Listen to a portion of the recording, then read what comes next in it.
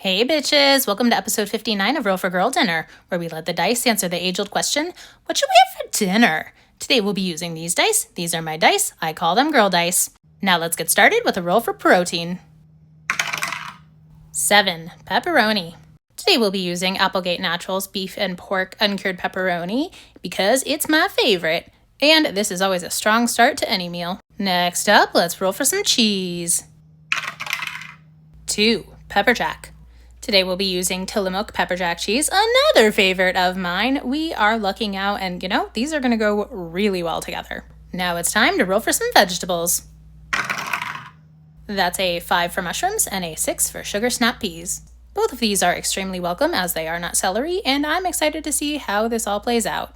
Moving on to the roll for carrier. 5. Spam. Again, no complaints. The way I'm always tempted to spam you with the spam in the TikTok shop every time I roll spam, but that's unnecessary at this point. Now it's time to roll for some Razzle Dazzle. That's a 4 for pistachios and a 6 for stuffed peppercini. Today we've got anonymous pre-shelled pistachio from my shelf from I don't know, probably Costco, let's be real. And the magnificent Greek stuffed peppercini duo from Fine Food Ditman. I just cannot emphasize enough how good these are, so I'm excited. Time to get saucy with the roll for sauce. 8. Scotch bonnet sauce. Today we've got Farmer Roz de Real Ting from Urban Farm here at Seattle's Pike Place Market. I cannot emphasize enough that the dice are basically giving me a Christmas present today. Now let's round this out with the roll for sparkling water. 7. Guava Sao Paulo. Whoop, I spoke too soon. I hate this one. The dice giveth and the dice taketh away. And also, maybe it knows that I'm posting this 3 months after Christmas. And since it's Saturday, just go with it. It's time to roll for silly little beverage. 2. Red wine. Today we'll be using this Sagrantino from Martetti Wines, which is my absolute favorite winery in the history of ever. This particular wine is a little bit like if Scotch were a wine, and I would generally recommend opening it about 3 days before you want to drink it. Let's eat, bitches. But first, we need our and our Sagrantino that thankfully has been sitting on my counter for about 3 days. I planned ahead just in case I rolled for it. And of course, the leftover coffee. I have no idea what I just said. Anyway, let's pour some of this hot sauce on to the Spam that I melted the cheese on top of and the pepperoni that I melted the cheese inside of.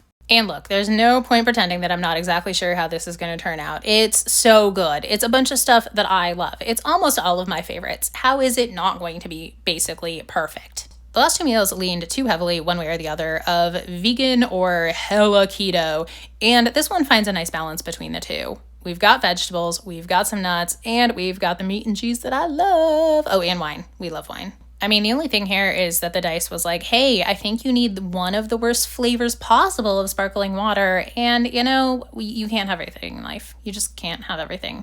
I mean, maybe you can, but apparently I can't. And, if you can, then you should share better. The last thing we need is more billionaires. And, of course, we come to the point in the episode where I ask myself, if I were to play a character who would rate this girl dinner a perfect 10, who would I be? Allow me to introduce Yaz Corin. Raised in a very strict society that had specific rules and roles for those who dwelled there, she showed an aptitude from a very young age for finding things and was therefore selected for the Ranger training program.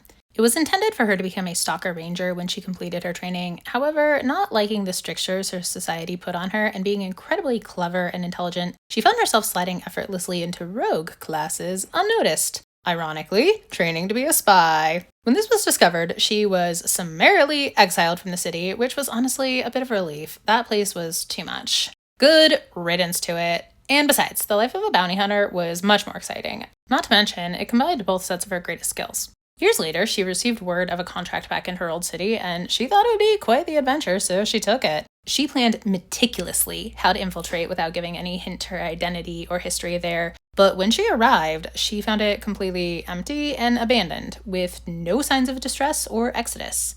Everyone was just gone. This was too intriguing to not pursue further. From that day, she made it her life's mission to find out the truth of what happened and where everyone went. Oh, and to fulfill the bounty, because that was worth a lot of gold. If I were Yaz, I would rate this girl dinner a perfect 10. As it is, I, Kendra, rated a 9.5. This is my meal. I call this girl dinner. Girl dinner.